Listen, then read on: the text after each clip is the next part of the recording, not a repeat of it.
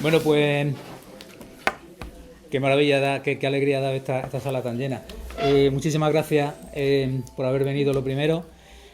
Y como lo primero, por lo que hay que empezar, entiendo siempre, es por los agradecimientos que son importantes, queremos agradecer de papel y tinta a la Biblioteca Pública de Écija el favor que nos hace y la amabilidad con la que siempre nos acoge aquí, dejándonos organizar actos como este que en concreto yo creo que es muy, muy necesario.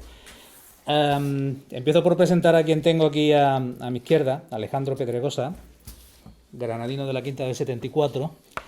Cuando he buscado información sobre Alejandro en Google, que es donde está ahora todo, ya lo sabéis, me ha llamado muchísimo la atención lo primero que lleva 20 años ya escribiendo, ya no es un recién llegado, y luego que ha cultivado, que cultiva, mejor dicho, todos los géneros, ¿no? No sé si escribe sobre todo poesía, pero bueno, aparte de poesía también ha escrito novelas, ha escrito cuentos. Y lo segundo que me ha llamado la atención es la cantidad de premios que tiene el tío. Años lo que tengo. Ha recibido, apunten, entre otros, el Premio Andalucía de la Crítica en 2017 por su libro de relatos O. Sí. Y entre sus poemarios, porque ya digo que él se dedica sobre todo, o es sobre todo conocido, entiendo que por la poesía. Entre sus poemarios, como digo, destacan Los labios celestes, premio, como no, Arcipreste de Ita. También pequeña biografía de la luz, Barro. Ganó otro premio, en este caso el Ciudad de Orihuela, por su primer libro de poesía infantil, Álbum de Familia, editado en Calandraca. Calandraca, que creo que es la nave nodriza, sí, de Cuatro Lunas, que es la editorial en la que está editado Comadrejas, el libro que presentamos hoy.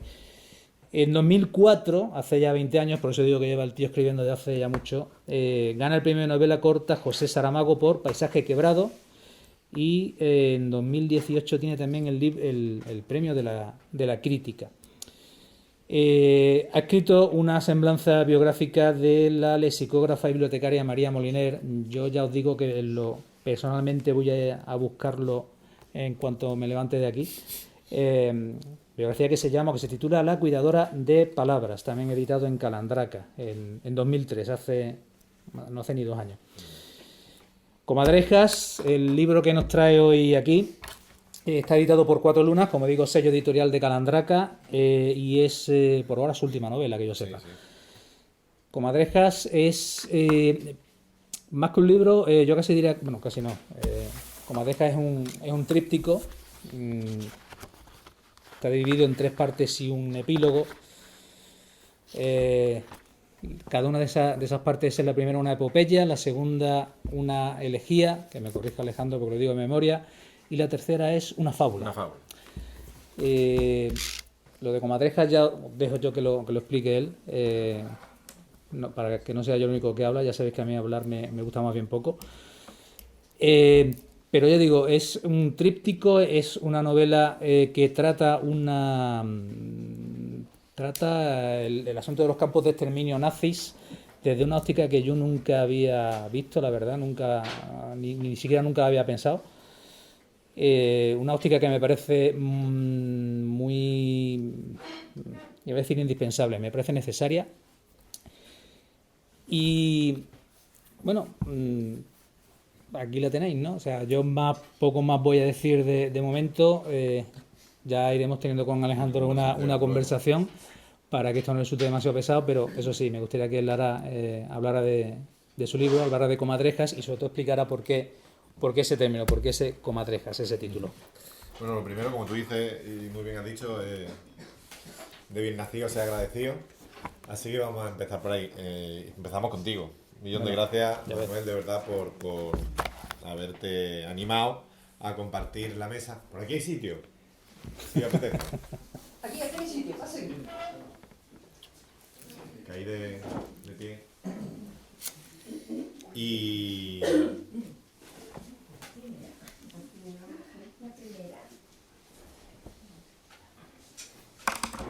que os decía que muchas gracias a Manuel y a la asociación por por un poco gestionar esta presentación, por hacer la convocatoria y gracias también a mis dos amigos más cercanos de Écija, a Gerardo y a Eva, pues por tocar a rebato las campanas de la amistad para ir trayendo gente a estar aquí. Y bueno, Comadrejas, como tú decías, es un libro... Bueno, voy a empezar por contar cómo sucede. Cómo sucede este libro en la cabeza y en mi cabeza y en la posibilidad de que esto se escriba. Es un libro que yo me dan una beca después de la pandemia. Saca una beca del Ministerio de Cultura para escritores y traductores.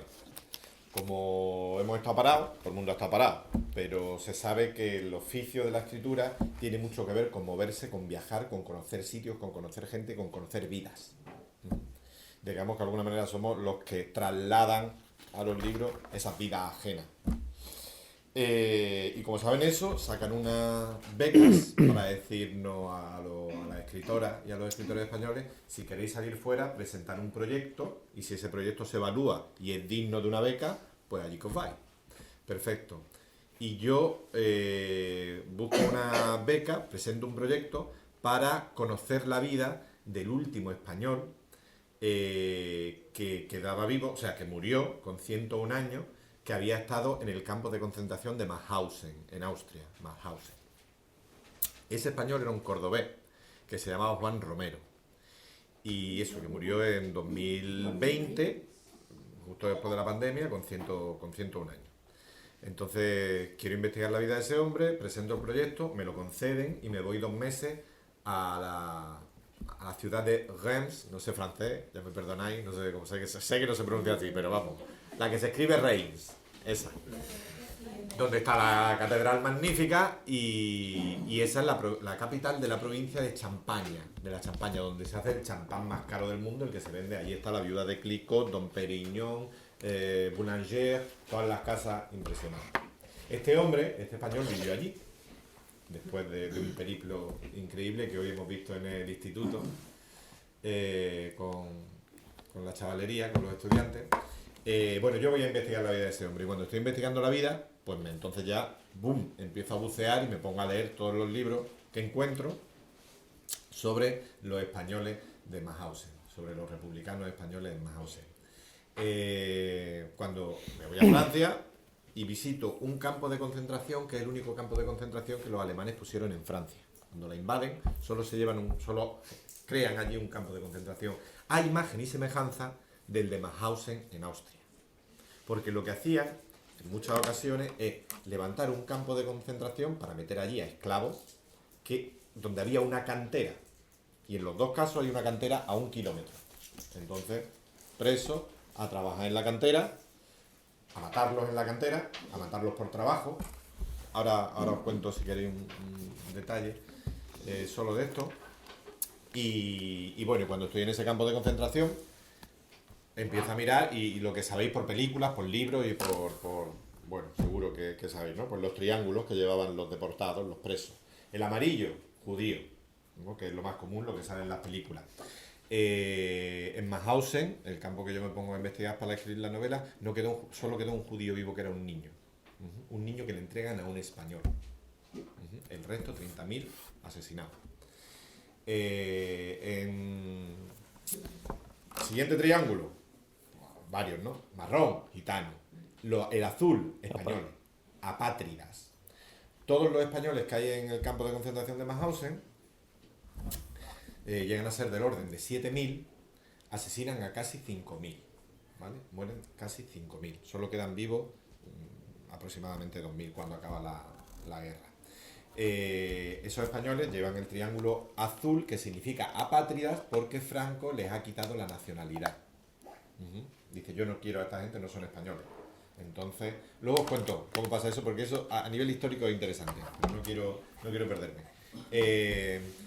Y el triángulo rosa. El triángulo azul para los españoles, el triángulo rosa. Y estoy ahí en el campo y digo: mira, triángulo rosa, homosexuales. Las personas homosexuales llevaban un triángulo rosa. No sabía yo que había homosexuales en el campo de concentración. Voy a leer también sobre esto, que me parece muy interesante. Y me empiezo a buscar bibliografía y no hay libros.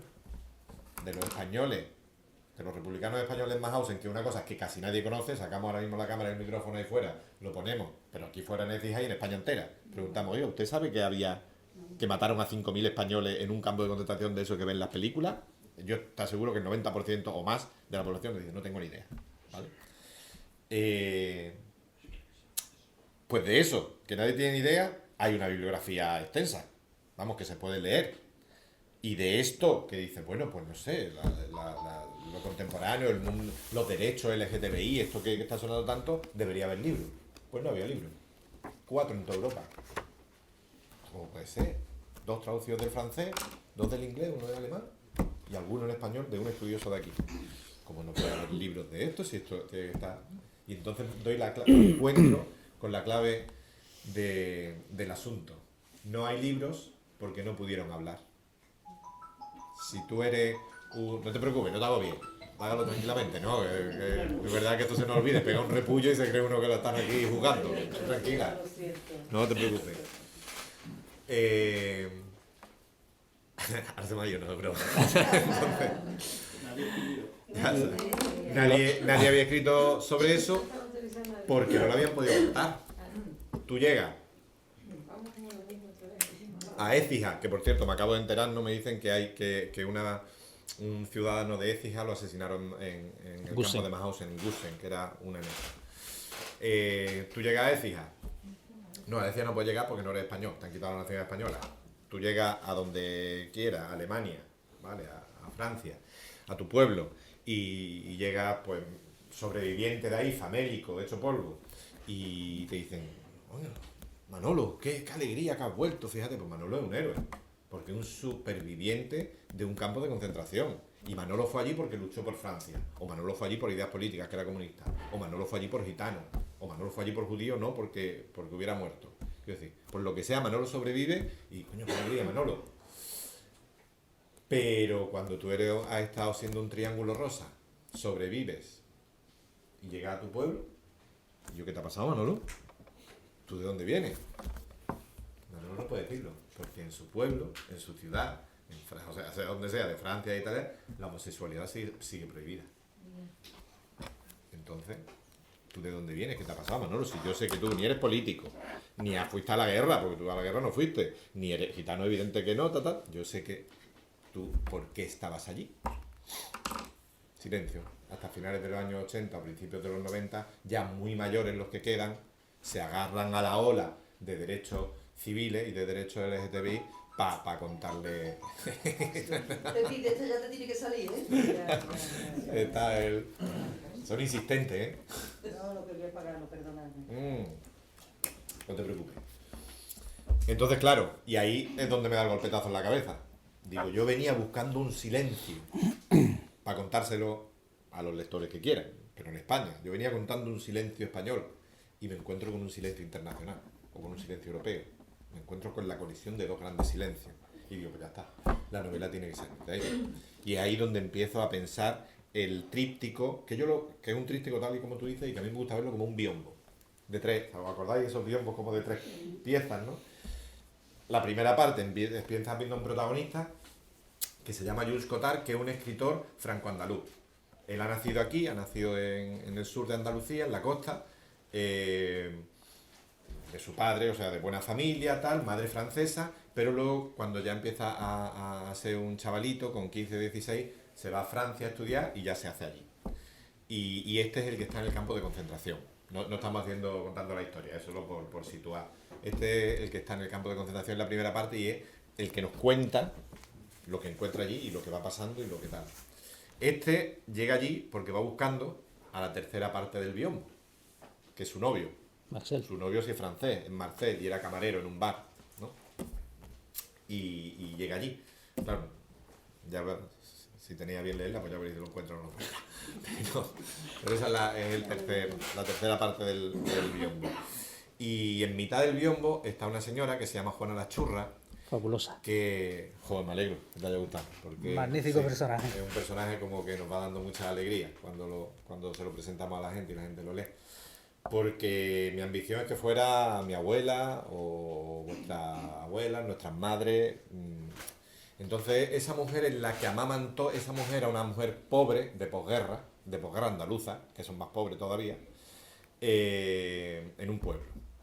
Y esa mujer, pues era ama de cría y es la que amamantó a ese señorito, ¿no? A Jules Cotard, el que luego se va a Francia, pero de niño se cría aquí y la madre, la francesa, pues no le da pecho y ya sabéis, mejor que yo, ¿no? Ese oficio que había antes de la ama de cría, ¿no? Pues mujeres generalmente con pocos recursos que aprovechaban su embarazo para amamantar a otras personas, a otros niños, ¿no? Del pueblo o de la comarca. Y esta mujer ha mantenido mucho contacto con su niño. No es su niño, pero ella lo llama su niño, su guapo, porque es el que ella amamantó a la vez que su hijo. Ese otro hijo que ella tiene lo lleva en los brazos todo el rato, porque es un niño que nació enfermo, con parálisis cerebral. Y entonces, durante todo el desarrollo de la novela, la segunda parte, ella va con su niño, con su Joselillo, y a su Joselillo le va hablando de su otro niño, su guapo, el que está en Francia. ¿No? Y dice, ¿y qué será? Porque ese niño, cuando era pequeñito, a ella le enseñó a leer y a escribir, le enseñó las poquitas letras para que cuando él se fuera a Francia pudiera seguirle la vida. Y él, desde entonces, lleva mandándole cartas. Y ella ya sabe que es escritor, y ella sabe, pero hace 3 meses que no recibe cartas de él. Tú, como lector, ya sabes, porque te has leído la primera parte, que es que está en Mahausen. Pero ella no. Ella está en su pueblo diciendo, y no vienen cartas de mi niño, y algo le pasa, esto es malo, algo pasa, porque los alemanes han llegado a Francia y esa gente tal, y algo pasa, pero no sabe lo que le pasa, ¿no? Tú sí, como lector. Entonces, bueno, la historia de Juana la Churra, yo ahí, cuando estoy escribiendo la novela, ahí es donde me doy cuenta que digo, esto ya es una cosa importante. Cuando acabo el primer capítulo de Juana la Churra, me doy cuenta que tengo entre manos algo que es importante porque suena como yo quiero que suene. Lo que a mí me interesa que sonara es como una mujer, quiero decir, como hablas tú, por ejemplo, como habla mi madre.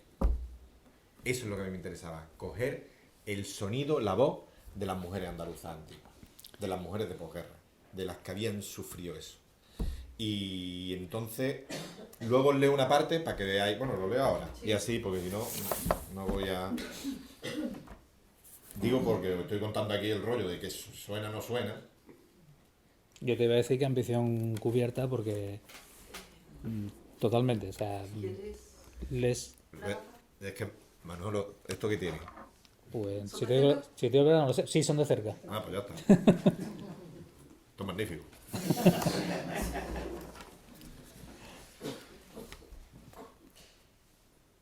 En los días claros, así empieza la parte de Juana la Churra, ¿vale? En los días claros, Juana se acerca hasta la playa y mira las montañas de los moros. No va sola. Perdón, imaginaros que es la Costa del Sol, ¿vale? Porque por ahí, Marbella, Estepona, Fuengirola, por ahí. En los días claros, Juana se acerca hasta la playa y mira las montañas de los moros. No va sola. Lleva en los brazos a su hijo José. La montaña de más allá, la que linda con Cádiz, le resulta fea. Es como una verruga en el bigote de una vieja. La otra, la que tira para Málaga, es peor. Es espantosa, como la cresta de un rascacio. Y también pincha. Por lo menos a ella. En esas montañas se quedó muerto su Antonio cuando se lo quitaron para dárselo a la guerra, para que un moro con chilaba lo matara. Se lo llevaron por pobre, dice Juana. Los mismos 20 años tenía que el hijo del picardo. Pero el picardo pagó lo que tuviera que pagar y allí seguía el picardillo, vivo y gordo como un pellejo de vino. A Juana le gustaría que el picardo bajara la cabeza cuando se cruzan en el pueblo. Que sintiera vergüenza por tener un hijo vivo y gordo mientras los moros tocan los tambores con los huesos podridos de su Antonio. A Juana le gustaría que el picardo no se pusiera al lado del alcalde ni de la bandera cuando llegan las fiestas. Que una levantera se los llevara todos volando, también a los músicos, hasta aquella orilla de Marruecos, y que allí se quedaran clavaditos en la cresta del rascacio, tocando su chunta chunta de miedo y escombrera. Juana no quiere que el picardo se muera ni reviente, quiere que sienta vergüenza. En los días claros, Juana coge a su José en brazos y se acerca hasta la playa. Allí le enseña los picos donde mataron a su hermano. Él no responde porque nació con el juicio roto, no tiene pensamiento. De los 2 varones que parió, le queda solamente este trocito seco y encogido que es su José. Aunque eso no es cierto del todo. Tiene otro hijo más, su niño, su guapo, el que vive en Francia. Ningún varón se lo metió por ahí adentro y ninguna partera se lo sacó del vientre.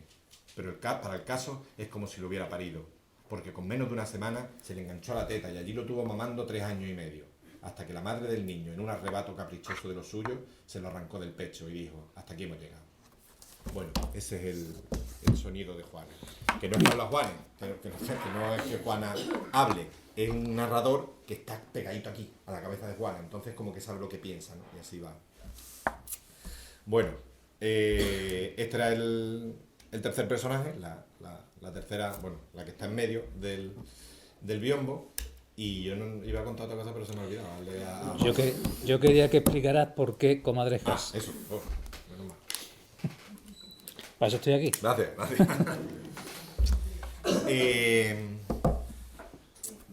Comadrejas cada vez hay menos, por lo visto, me dice la gente que sabe, en los campos y en los bosques.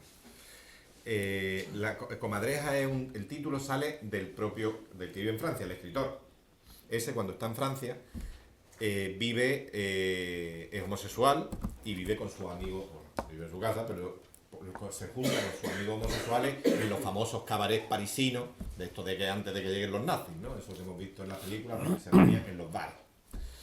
Y él le dice a sus amigos, nosotros somos comadrejas, porque vivimos en los alrededores del bosque. La comadreja, ¿sabéis? Es el animal mamífero más pequeño del campo, del bosque. Y siempre vive en la periferia, porque claro, dentro, o en el meollo, están los grandes depredadores. Entonces siempre está huyendo y viviendo en la periferia. Es un animal que vive huyendo, que es muy astuto, muy ágil, pero porque siempre está huyendo de los grandes depredadores. Entonces le hace esa metáfora, esa analogía con las comadrejas a sus amigos, ¿no? A sus colegas. Le dicen, nosotros somos comadrejas, vivimos siempre marginados, estamos huyendo porque vienen a por nosotros, ¿no? Y esa metáfora es una metáfora que durante muchísimo tiempo ha sido casi eterna. Ahora afortunadamente no, y ojalá no haya una regresión en ese sentido. Pero a las personas homosexuales, a las personas que aman a personas de su mismo sexo, no lo ha defendido nadie nunca. Hasta Antepallé. Quiero decir, políticamente ni nada de eso, no. Hubo solo un periodo de la historia que fue la Revolución Francesa, en el que estuvo permitido la homosexualidad durante un año. Luego volvieron a prohibirla. Quiero decir, no hay religión, no hay Estado, no hay código penal, desde luego, que a lo largo de la historia haya defendido a las personas homosexuales. Se decía mucho, escondió como las comadrejas. Claro, pues mira, de ahí saca el personaje, saca esa comparación. Y que no había... sí, que a lo mejor esto debería ser hasta el resumen de la novela o de la reflexión de todo esto. Que yo me di cuenta ya una vez iba escribiendo el libro por la mitad.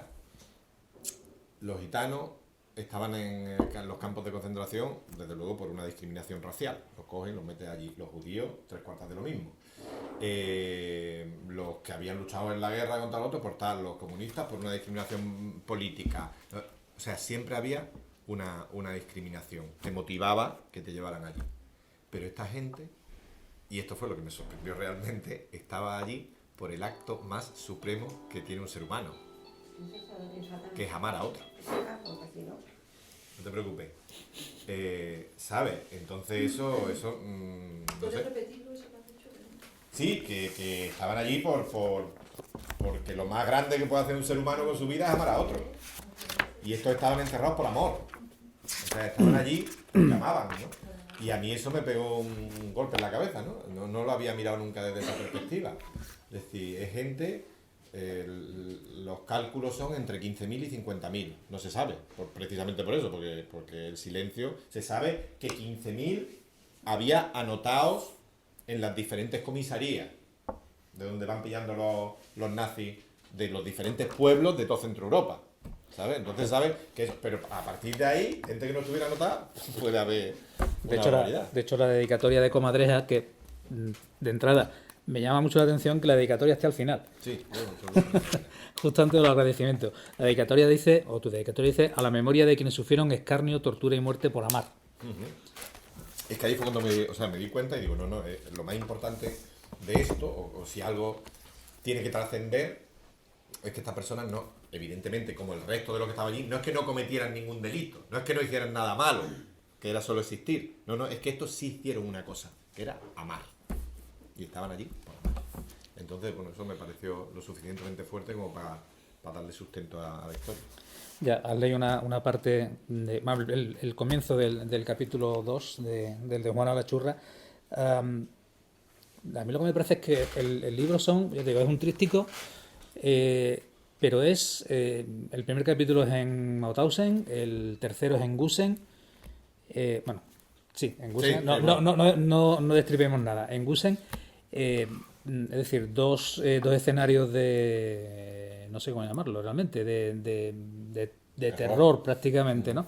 Pero es que el segundo capítulo, el de la elegía de Juana la Churra, también es de terror, es un terror quizá distinto, ¿no? O sea, es lo que tú decías, una mujer pobre, en un escenario pobre, en una posguerra miserable. Es decir, vale que los campos de exterminio, te lo decía antes, me niego a llamarlos campos de concentración, fueron campos de exterminio.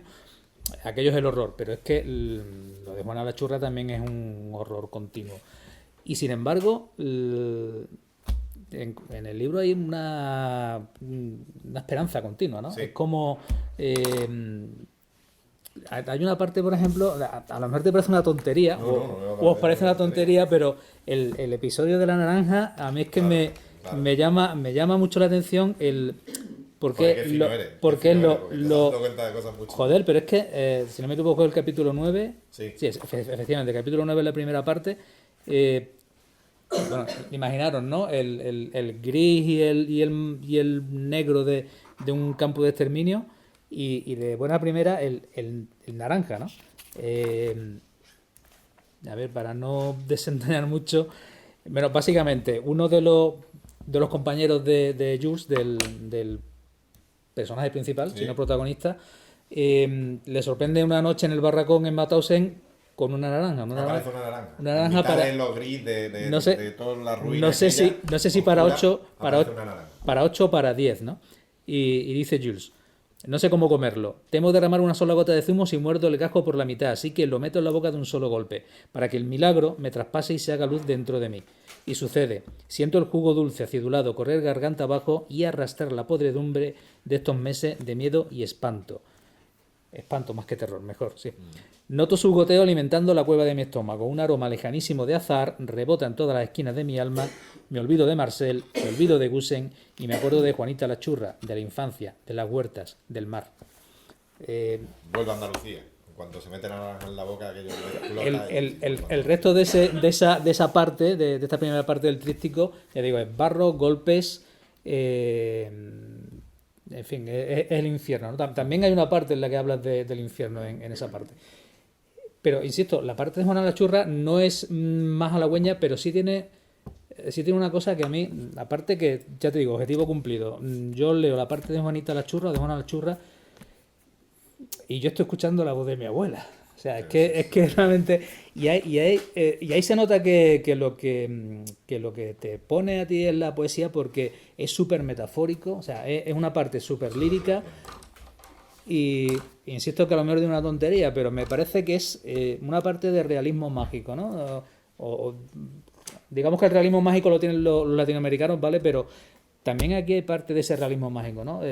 Juana la Churra habla de una manera con una poesía popular, sí, que es tremenda, ¿no? Y yo que soy, mis compañeros de la asociación lo saben, yo que soy un obseso de la construcción de personajes, me parece un personaje construido, perdóname el abrupto, de puta madre. Uh-huh. Y lo que quiero que me digas cómo construyes ese personaje. Qué bien, porque es lo que te iba a decir ahora. Vale. Pues me estaba escuchando. No, es que por eso lo anotaba, para que no se me fuera. Y todavía hay una cosa más, la naranja. Y Serrano Suena. Perdona que te coja esto. Sí. Como yo quiero sacar a la abuela esa, ¿vale? Y lo pienso y digo, ¿y esto cómo hago para que suene? Y entonces, a mí me ha gustado siempre los acentos. El otro día, ayer estábamos en el Viso y hablábamos de esto, ¿no? En ese sentido, Sevilla es una... Vaya, iba a decir lo que ya sabía, una maravilla. Porque a nivel, la provincia me refiero, ¿no? Donde yo vivo, el barrio donde yo vivo es de inmigración interna de la provincia y es el Zaidín y el Zaidín cecea. Es de gente obrera que vino y cecea, el barrio cecea. Pero es que si te vas al Realejo, que es un barrio histórico, la judería y no sé qué, mi padre se crió en el Realejo y el Realejo cecea. Y está en la misma ciudad. Ya no te digo que sean diferentes pueblos, no, a mí todas esas cosas siempre me han llamado mucho. Me gusta cómo suena la lengua, es lo que me motiva, ¿no? Entonces, yo llevo mucho pensado sobre eso y es lo que estudié también. Y pienso, ¿cómo va a hablar Juanita?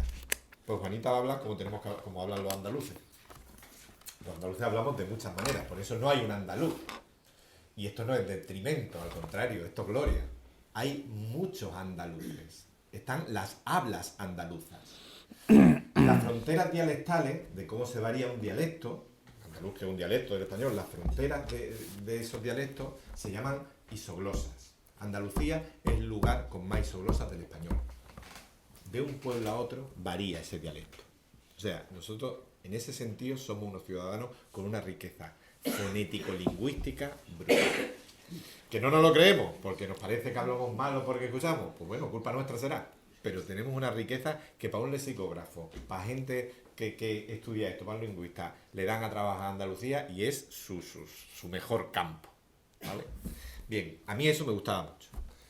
Entonces, yo, que más o menos lo tengo mirado, digo, ¿cómo hablamos básicamente los andaluces? Los andaluces tenemos tres patas a la hora de hablar. Una, que es la que tú has apuntado, es la metáfora. Somos seres metafóricos. Todo el mundo es metafórico, toda lengua. Pero nosotros lo utilizamos especialmente. Vivimos de comparaciones y de metáforas, aunque no nos demos cuenta. Siempre pongo, hay muchos ejemplos, ¿no? Este tío es un burro, un cardo borriquero. No sé, hay muchísimos ejemplos de las metáforas y las comparaciones que hacemos. Pongo los que ponía ayer porque son más divertidos. ¿Os acordáis o habéis visto alguna vez el sabio de Tarifa, Juan Luis, se llamaba, ese que salía en la tele, ¿no? con el loco de la colina? Pues ese hombre hablaba de una manera muy simpática que a mí me gustaba mucho, ¿no? Y entonces le dio un ataque al corazón y estuvo sin salir en la tele o sin llevarlo al programa yo no sé cuánto tiempo. Lo operan, el hombre sale bien y se lo vuelven a llevar a los meses. Y cuando llega le dice, ¿cómo está? Jesús Quintero le dice, Juan Luis, ¿cómo está? ¿Cómo ha salido la operación? Y dice, bien, Jesús, estoy bien. Pero es que me han abierto aquí y lo me han cerrado. Y dice, ¿y eso cómo está? Y dice, esto aprieta más que un niño estudiando en Cádiz. Esa capacidad metafórica e irónica, ¿no? Y luego, abundando, le contaba ya cómo había sido. Dice, yo es que no sé, noté un pinchazo aquí, un dolor, y ya me llevaron, y cuando yo vi que me metían en la ambulancia, dije, Juan Luis, estás más perdido que un falangista en Bilbao.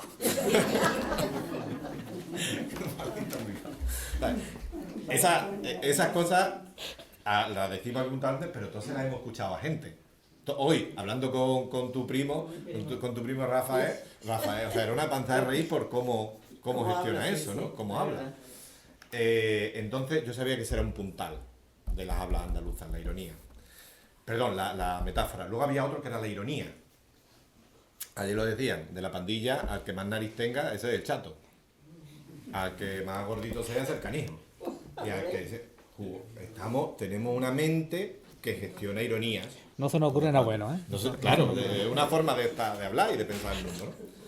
Y finalmente, además de la ironía y la comparación, por lo que quizás somos más conocidos en nuestra habla, es por la exageración, las hipérboles. Somos seres hiperbólicos también, y eso casi no cabe explicarlo porque lo sabemos todos, ¿no?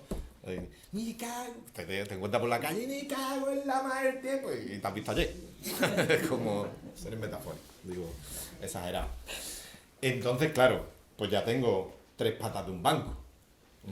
Cuando ella se pone a hablar, compara mucho, exagera mucho, y aunque vive en una tristeza o en una inquietud muy constante, tiene una mirada distanciada de la vida que es una mirada irónica. Y entonces por ahí es como se conforma ese personaje. La naranja. Venimos de un campo, exactamente lo que tú has dicho, un campo de concentración. Yo quiero que haya puntadillas de color, ¿sabes?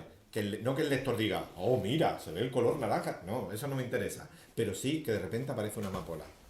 y es tu cabeza, tu inconsciente, el que está en mitad del barro, yo no sé qué, y aparece una amapola. Se habla de una amapola. Pues que quieras que no, el rojo va a entrar en tu cabeza, seguro. Y si meto una naranja, el naranja va a entrar en tu cabeza. En este caso, esa naranja forma a una comunidad española, ¿no? Son 8 o 10 que se ponen a comerse gajo a gajo una naranja. Este episodio, afortunadamente, pues eso, la gente que lo lee le va gustando mucho. Perdón, es que me he acordado de otra cosa. Le va gustando mucho. Dale la vuelta al folio. Sí. Y cuando vamos por las presentaciones por toda España, pues es muy bonito que te recuerden el episodio de la naranja, ¿no? Como tú has dicho. Pero quiero contaros una anécdota porque lo embellece más, para mí, ya personal. Yo vivo entre Marbella, que es donde me crié, y Granada, que es donde vivo ahora y donde nací, ¿no? Pero mi crianza es una crianza en un pueblo de costa, Marbella.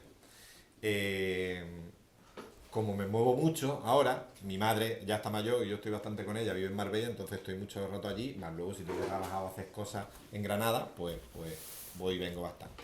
Entonces a mí me gusta mucho jugar al fútbol y yo tengo 2 peñas de fútbol. Tengo la de Marbella y tengo la de Granada, para cuando esté una semana poder siempre jugar al fútbol. La peña de Granada es con gente universitaria, que bueno, lo que la ciudad, no sé, me metí ahí.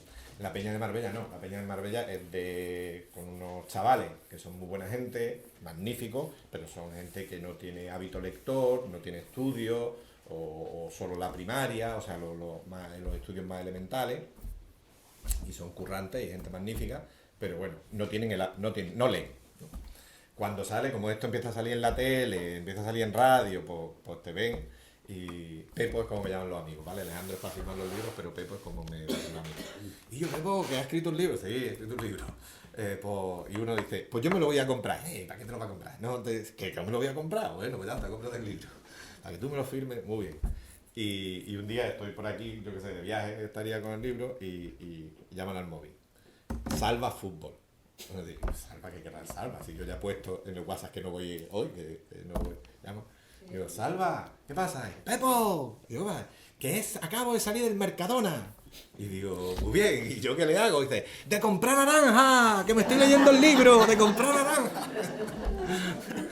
Le había emocionado tanto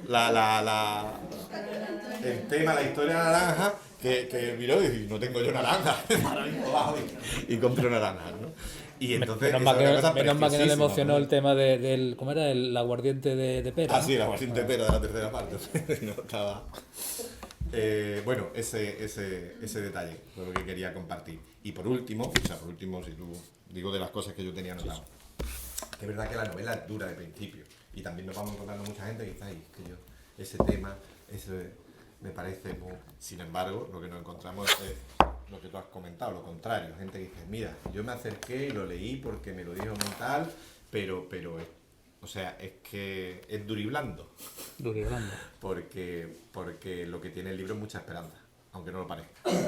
En el libro, y esto no es hacer spoiler, siempre hay alguien que intenta salvar a alguien, dentro de la miseria, dentro de la muerte, dentro del horror. Y bueno, un poco es que eso no es ni enseñanza, sino esa constatación de la realidad, que somos seres humanos y que algunos son absolutamente viles y son capaces de hacer un campo de exterminio, y que otros no somos viles y nos hemos criado en la decencia, en el amor, y que intentamos ayudar a la gente que tenemos al lado. Y eso va a ser así. O sea, la historia de la humanidad va a ser siempre, el rasero va a estar ahí. Entonces, este libro tiene mucho de lo otro también. No hemos hablado, pero tiene mucho de intentar salvar, mucho de cuidar, mucho de esa otra parte, que es la cara opuesta a la infamia, ¿no? Entonces, digo, por no asustar. Me voy a hacer un libro. A mí me gustaría leer una parte, es un pelín larga, pero bueno, aparte de esa parte de Juana la Churra, ¿no? Además de eso, de cómo va entrando y saliendo, no sé si ella en la mente del narrador o el narrador en la mente de ella, pero la verdad es que básicamente me ha gustado todo lo de ella, pero esta parte en concreto es, digamos, si me tengo que quedar con alguna, me quedo con esta, ¿no? El Pichita se acerca hasta donde está Juana con su José, lleva el paso fatigoso y un cubo en cada mano. El sol está empezando a subir y le dan los ojos. A menos de 3 metros el Pichita se detiene bruscamente. Juana, que sigue enredada en sus cavilaciones, le pregunta: Pichita, ¿tú sabes cómo se llaman las madres con hijos muertos? El pescador niega con la cabeza, hace un gesto de despedida y se marcha sin disimular cierta premura. Juana no se extraña. El Pichita es así, metido para adentro como un caracol. Es de los que callan y siguen su camino. Por eso está vivo, no como su Paco. Paco, el Mario de... Lo fusilaron. Sí. Al Pichita le queda ahora lo peor: vender las sardinas de puerta en puerta. La mar ha sido siempre un negocio de pobres, piensa Juana, pero desde que el Picardo compró la traíña y construyó el Pantalán, se pueden contar con los dedos de una mano los hombres que viven de su barca. De su barca o de la caridad, dice Juana, porque el pescado que llega a la plaza sale todo de la traíña y a los de las barcas no les queda más remedio que ir por las casas vendiendo 3 para regalar 4, soportando la chalanería de algunas criadas que regatean como moros y quedando al amparo de los pocos corazones piadosos que todavía hay en el pueblo. Juana sabe bien de lo que habla. Desde que fusilaron a su Paco, ella va de puerta en puerta vendiendo mucilagos a cambio de unas pocas perras. Es verdad que cualquiera puede hacer su propio mucilago, pero también es verdad que Juana lleva a su José pegado contra el pecho y cuando los vecinos abren la puerta no tienen más remedio que apiadarse. Y no hay vergüenza en eso, Joselillo. Los 4 cuartos de miseria que sacamos en tu boca y en la mía se quedan. Los dos juntos los ganamos y juntos nos lo comemos, ¿verdad que sí, mi niño? La vergüenza es otra cosa. Pegarle 5 tiros a una criatura en la tapia del cementerio y luego irse a comulgar. Eso sí es vergüenza y pecado mortal. ¿Sabéis? Gracias, porque es verdad que ese es muy potente. Aquí se estilaba lo del mucilago. ¿O sabéis lo que es mucilago? A lo mejor de la parte del oriente de allí de Andalucía. Es un fijador para el pelo. Sí. Se hervían los corazones de los membrillos y eso soltaba una gelatina que para que no, en tiempos de posguerra, cuando no había y eso se lo ponían pues para fijarse el pelo, para darle brillo, para eso. Y allí le llamaban mucilago o mucilago, depende del sitio donde lo dijeran. Entonces era así. Y nos vamos a dar el tostón, alguna pregunta, cosa que tengáis ahí, yo que sé, alguna inquietud que... Nos dijiste que ibas a hablar del tema de Franco con... Ah, eso, Serrano Suñer, si lo tenía aquí anotado. Ah, yo creí que había pasado ya del tema. Como No, se me ha ido. Te has emocionado con la naranja, digo... Ya, sí, me ha ido. ¿Por qué llegan esos españoles allí? ¿Por qué llegan al campo de concentración?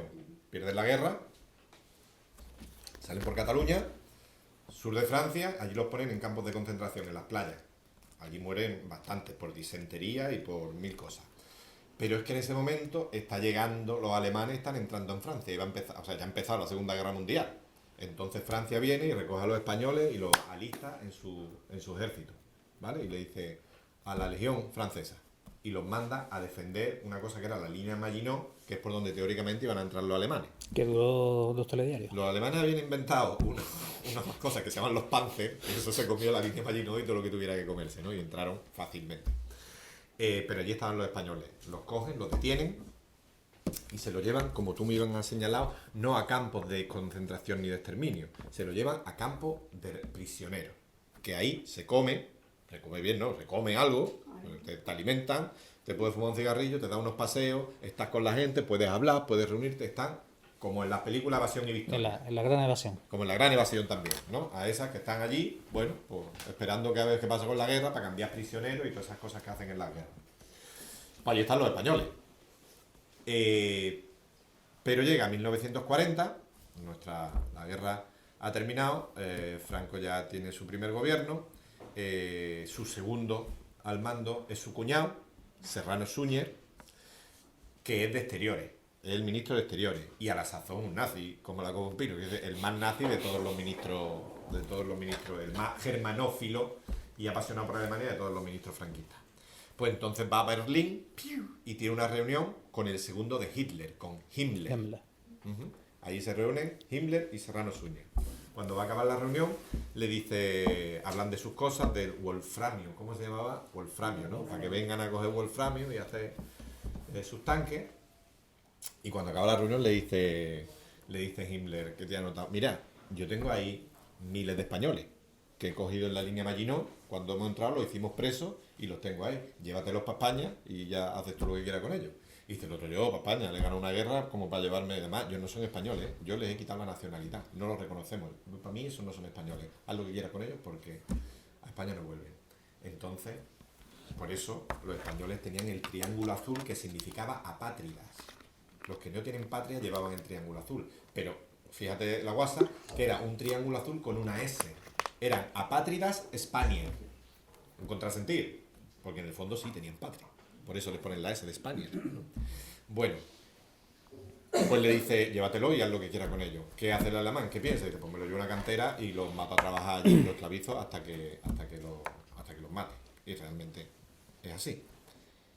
Esa reunión, evidentemente, no dejan un papelito. Esto se lo preguntaron a Serrano Suñer. Mira, casualmente murió en Marbella. O sea, la vejez la ha hecho allí. Y lo entrevistaron, le hacían entrevistas y le decían, los españoles que acabaron en Mauthausen, todos esos que murieron en aquella reunión, se dice que usted... Y yo dice, ningún papel hay firmado de eso. No hay prueba documental de eso. Y ciertamente no tengo, porque esas cosas no se dejan por escrito. Pero lo que sí sabemos es que esa reunión fue en septiembre de 1940. Y los españoles llevaban allí desde el 39. ¿Vale? En septiembre de 1940, 3 meses después de esa reunión, ya hay 3.000 españoles en el campo de exterminio de Mauthausen. Y es por ese tránsito. Y bueno, no vamos a hablar, porque sería quizá aburrido de las condiciones, pero básicamente se da también la paradoja de que en lo que dura la guerra mundial, la Segunda Guerra Mundial, cuando más gente muere en Mauthausen, y por supuesto españoles, son en los 2 primeros años. Porque mueren en esa cantera. Esa cantera tiene una escalera, que no es una escalera, que es un terraplén, que luego se va haciendo, ellos lo van haciendo poquito a poco escalera. En esos 186 peldaños, en 2 años mueren buena parte de los españoles que estaban allí. Porque después de trabajar 12 horas picando piedra, tienes que subir por ese terraplén, agua, barro, nieve, frío, sobre todo, una piedra de 30 kilos a la espalda. Con unos espartos que te ponen, una arpillera, se ponían en filas de A5, filas de hombres de A5 y todo con una piedra de 30 kilos. Ahí sucumbían porque se caían, porque te pegaban un tiro, por 1000 cosas. Pero sobre todo porque ya no te quedaban fuerzas. Porque las fuerzas, los médicos del campo, tenían controladas las kilocalorías que te daban de comer para que durases 3 meses. Porque a ellos les seguían viniendo vagones de gente, oleadas de esclavos de toda Europa. Lo que viene siendo un genocidio. Un genocidio.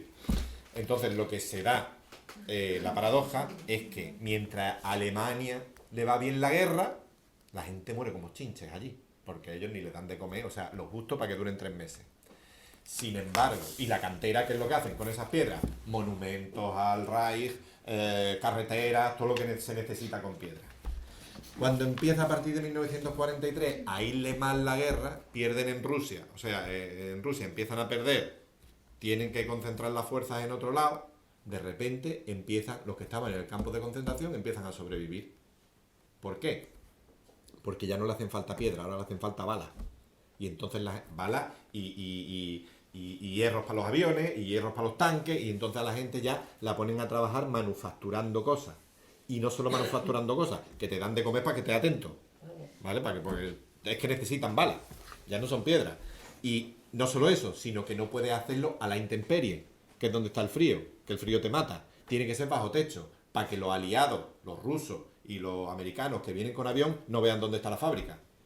Entonces la fábrica tiene que estar bajo techo y bajo tierra. Y ponen a la gente a trabajar manufacturando. Entonces, a partir del 43, sobrevive más gente del 40 al 42. Otra pregunta de carácter puramente técnico. ¿Por qué cada una de las 3 partes, por qué el tríptico, por qué cada una de las partes tiene o es tratada como un género literario? ¿Por qué epopeya, elegía, fábula? La primera parte, la de Jules Cotard, que hemos hablado, el franco-español, es una elegía. Le pongo elegía. No, perdón. Una Epopeya. Una epopeya, que es el género clásico pues de la épica. Y es porque lo que se cuenta, salir o intentar sobrevivir a Mauthausen, es peor que los trabajos que lo que hizo Ulises en la Odisea para poder llegar, ¿no? Es una odisea real en el siglo XX, poder sobrevivir a eso. Entonces luego, ya si lo leéis, veréis que está estufado de cosas con el griego, aparecen cositas que son pequeños guiños a los lectores, pero básicamente es porque es una epopeya. Porque sobrevivir o intentar sobrevivir a eso es una epopeya. Lo segundo es una elegía, que la elegía es el llanto fúnebre, el llanto a los muertos. Juanita está llena de muertos.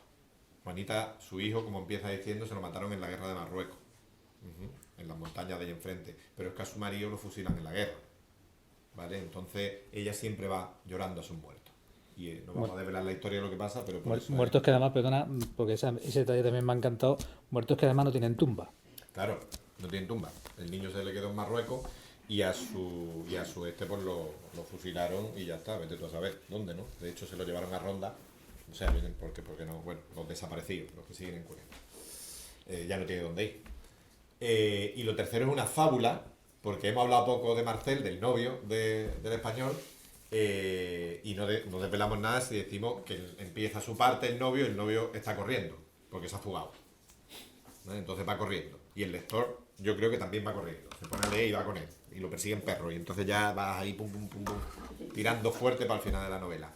Y este, en su miedo, lo que hace es, como en los cuentos infantiles, Caperucita habla con el lobo cuando cruza el bosque. Lo que habla es el miedo de Caperucita. De hecho, la parte se llama Marcel y los animales. Marcel y los animales. Y entonces este tiene mucha relación y habla con un cuervo. Él va corriendo y un cuervo, no desveló nada porque es la primera página, ¿no? Pues le habla y le dice, no veas, te van a pillar, ¿eh? Y otro, está hablando de cuervo, ¿no? Y bueno, y tiene mucha relación con los animales y es importante porque él era de una granja francesa y criaba cerdos. Y eso va a ser importante en su vida y va a ser importante en Gusen. Mauthausen es el campo de concentración que da nombre de Mauthausen porque el pueblo que hay aledaño, anejo, es Mauthausen. Entonces, y la cantera del pueblo está aquí, pues se llama Mauthausen. Pero Mauthausen tiene unos subcampos que dependen de él. Aquí digamos que está el jefe y están los ingenieros y esto está. Pero luego hay subcampos que llegan a ser más grandes, con barracones más grandes. Y uno de ellos es Gusen. Y Gusen es el sitio del exterminio. Es el sitio donde se muere. Si aquí puedes tener... Juan Romero sobrevivió, el español, porque vivía aquí y porque trabajaba en la lavandería y estaba bajo techo. Puede sobrevivir aquí. En Gusen es muy, muy, muy difícil que sobreviva. Ahí mandaban ya a los que habían explotado aquí, ¿vale? Y la inmensa mayoría de españoles, además de la cuesta de la cantera, mueren en Gusen. Entonces Gusen es un sitio infernal. Y por acabar ya la barbarie, hay una casa al lado, que es un palacete, un antiguo palacete, que lo convierten en sala de operaciones. Y ahí es donde hacen experimentos con la gente. Y se nos olvidaba eso. ¿Qué pasa con los triángulos rosas, además de que callaron? Que ellos fueron en la pirámide de la infamia, digamos, y abajo están los judíos, que solo quedó un niño. El siguiente peldaño de la infamia es el de los triángulos rosas, porque ellos no contaban ni con la ayuda ni con la conmiseración del resto de hombres. Eran los maricones. Eso eran los apestados, ¿sabes? Aparte de que luego salieron y no pudieron contarlo. Eso eran el resto de tíos. Bueno, esos son triángulos rosas, eso tal. Y, terriblemente, para el resto eran los apestados, pero para los médicos del campo eran las cobayas. Castraciones diarias, que esto es mujer, hombre, no sé qué, con todas las operaciones que os podáis imaginar y toda la barbarie que ya hemos visto en mil cosas y que igual no es. Pues, qué mejor cobaya que los judíos que ya estaban y los triángulos rosas. O sea que fueron unos absolutas víctimas terribles. ¿Alguien tiene alguna pregunta más? O una. Que después de lo que acabas de decir... Sí, no, es que es verdad, hemos acabado un poco, vamos a buscar algo más alegre que pueda... Sí, es durísimo. Pero quizás, fíjate, eso que tú decías al principio sea la originalidad de este libro. Que esa parte, mira que hemos visto películas, mira que hemos visto documentales, mira que hemos visto de todo. Pues esa parte de los triángulos rosas no estaba trabajada en la ficción. O no estaba muy trabajada en la ficción, ¿no? Creo que hay una serie alemana ahora que habla un poco de eso, pero desde luego en España no había ninguna novela. Entonces yo creo que por ahí también nos están dando mucha cancha, ¿verdad? Y estamos dando vuelta con esto. Me gustaría destacar lo que has dicho antes, que no lo había escuchado todavía, lo del duriblando. Es un libro duriblando. Porque bueno, Alejandro particularmente y fundamentalmente es un poeta. Entonces la prosa que escribe es ese horror, esos tres infiernos que describe en parte, del libro está descrita con una sensibilidad y además las cosas terribles no las narra desde el dramatismo, desde lo duro que pueda ser, ¿no? Sino que una manera de expresar las cosas que te deja y que te llega al alma en plan bien. Sí. ¿Sabes? Que yo creo que eso es muy importante. El otro día escribió, con este libro están pasando cosas muy bonitas, a nivel profesional, a nivel de escritor, cosas que no me habían pasado nunca. Yo llevo 20 años escribiendo, pero a mí no me conoce ni Perry, ¿vale? Pero esta novela sí está empezando a tener una repercusión, lo lee mucha gente y te pasan cosas bonitas, en ese sentido, ¿no? Y me escribió una señora de Barcelona por el Instagram para decirme que le había encantado la novela, que muchísimas gracias, que era una novela necesaria, que tal, que cual. Y dice, y voy en el metro y la gente pensará que estoy loca. Supongo que iba leyendo Juanita la Churra o no sé qué parte dice, porque a la paz que lloro voy riendo, ¿no? Y la gente dirá, esta está chalada. No es que haya humor en la novela, pero No bueno, lo hay. Doy fe que no. No, hay fugas, ¿no? Puntos de fuga, que son eso, lo que hablábamos antes, ¿no? En la parte de la fábula,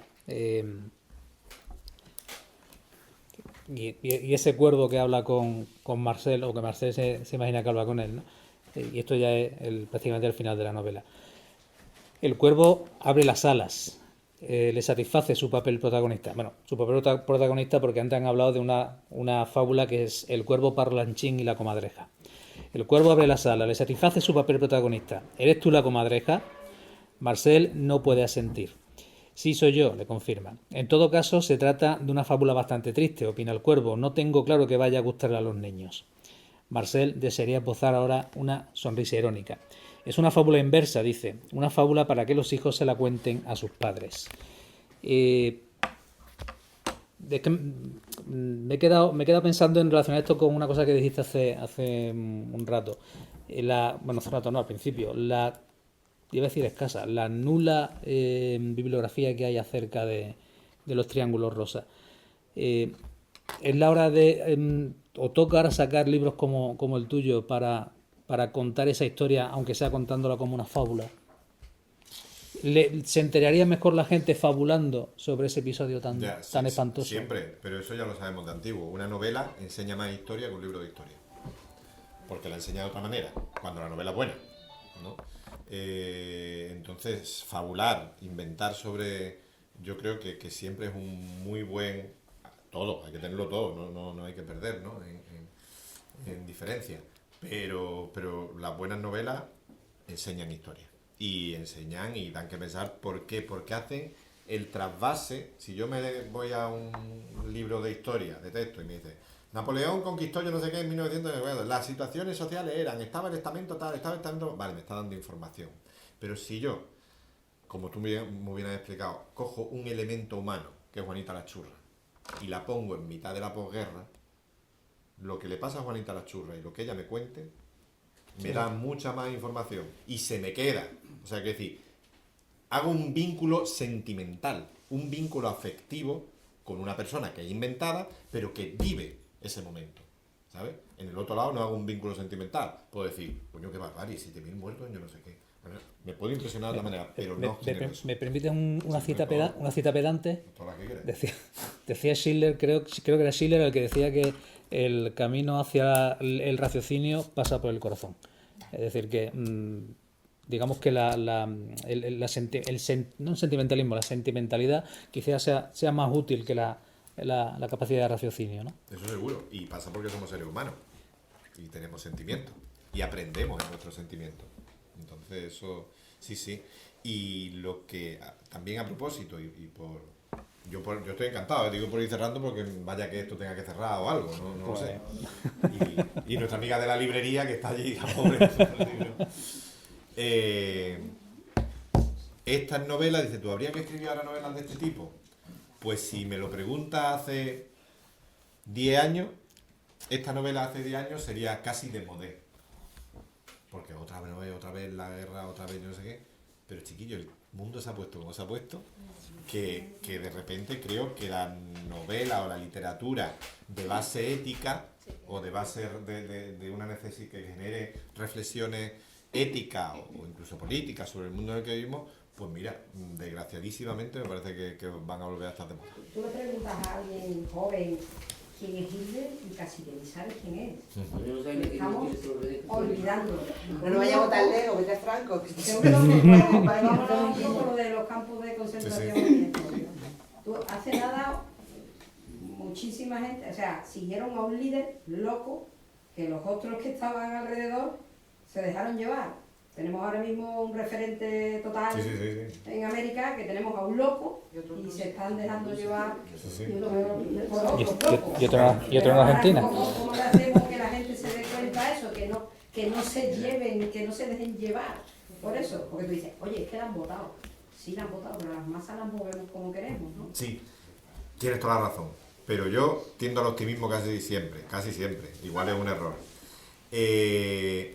Eso es lo que vemos todos los días. Ponemos la radio, vemos la tele, vemos los periódicos y vemos eso.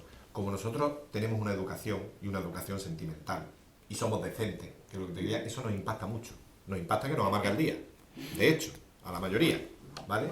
Pero yo creo que no se nos puede olvidar que en el mundo pasan 1000 cosas anónimas todos los días. Hoy hemos estado en el Instituto Copérnico. Hoy ha pasado una cosa muy importante, yo creo. Es que esto que estamos hablando ahí se lo hemos contado a 60 chavales y chavalas. Y estaban así, ¿eh? Estaban viendo a Juan Romero y estaban viendo el campo de concentración y estaban así. Yo no creo que eso mañana se les olvide, lo de hoy. ¿Vale? Eso está pasando en 1000 puntos. Está pasando en Estados Unidos. En Estados Unidos hay gente que se está rebelando contra lo que les viene. Está pasando en todos lados. Pero eso no es noticia. Como no es noticia, nos desesperanzamos. Pero en el mundo hay más gente decente que infame. Pasa que los infames están en lugares muy poderosos. Pero para que el mundo se desvirtúe totalmente, van a tener que matarnos a muchos. ¿Sabes lo que digo? Porque somos mucha gente decente intentando ponerle freno a eso. Lo que pasa es que no hacemos ruido. Yo, no sé, cuando me desanimo, cuando veo al naranja, al cara naranja, pues en la tele pienso en esto. Sí, bueno, pensar positivo y quizás porque lo veo. Porque yo creo que vamos sembrando. Vamos sembrando con nuestras acciones, con nuestras lecturas, con nuestras cosas, vamos sembrando también. Yo por acabar con algo alegre, digo. Pues si no hay ninguna pregunta más, yo solo puedo decir una cosa. Comadreja, insisto, antes decía que es más necesario que indispensable. Ahora me corrijo yo a mí mismo. No es necesario, es indispensable. Así que a comprarlo. Bueno, muchas gracias. Millón de gracias. Sí.